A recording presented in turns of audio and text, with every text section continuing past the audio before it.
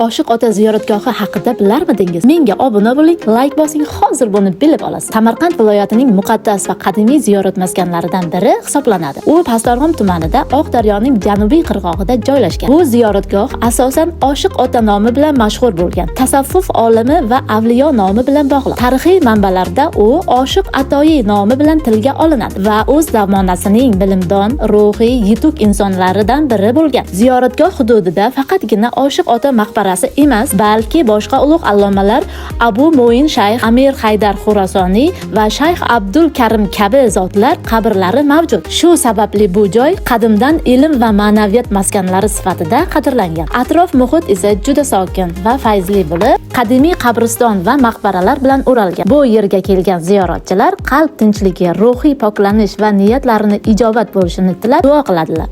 Bugungi kunda Oshiq ota ziyoratgohi Samarqanddagi muhim ziyoratgoh joylaridan biri sifatida e'tirof etilib kelinadi. Samarqandga kelsangiz, albatta Oshiq ota ziyoratgohini ziyorat qilmasdan qaytmang.